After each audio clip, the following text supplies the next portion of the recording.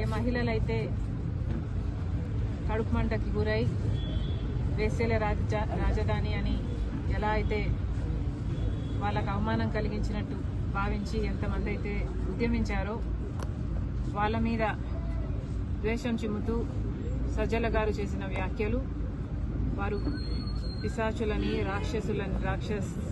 రాక్షసుల్లాగా ప్రవర్తిస్తున్నారని ఇంకా చాలా నీచంగా సంకర జాతి అని చాలా నీచంగా మాట్లాడడం జరిగింది. వాటిని కూడా కాంగ్రెస్ పార్టీ ఖండిస్తుంది. తప్పు చేసినప్పుడు క్షమించండి అని అడగడంలో నామోషీ లేదు. అలా కాకుండా మూర్ఖుల్లాగా చేసిన తప్పే మళ్లీ మళ్లీ చేస్తున్నారు. ఇది వైసీపీకి కొత్తేమీ కాదు.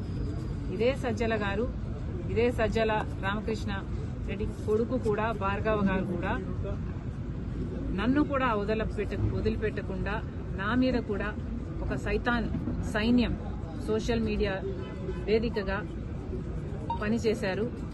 రాజశేఖర రెడ్డి బిడ్డనని చూడలేదు, ఒక మహిళనని చూడలేదు, ఒక తల్లినని చూడలేదు. చాలా కించపరిచిన సందర్భాలు అనేకం. జగన్మోహన్ రెడ్డి గారు ఊత పదంలా చెప్తుంటారు, నా అక్క చెల్లెలు అని. మరి అలాంటప్పుడు జగన్మోహన్ రెడ్డి గారు ఆలోచన చేసుకోవాలి, వైసీపీ పార్టీ ఆలోచన చేసుకోవాలి. మీ సొంత అక్క చెల్లెలకి మర్యాద లేదు.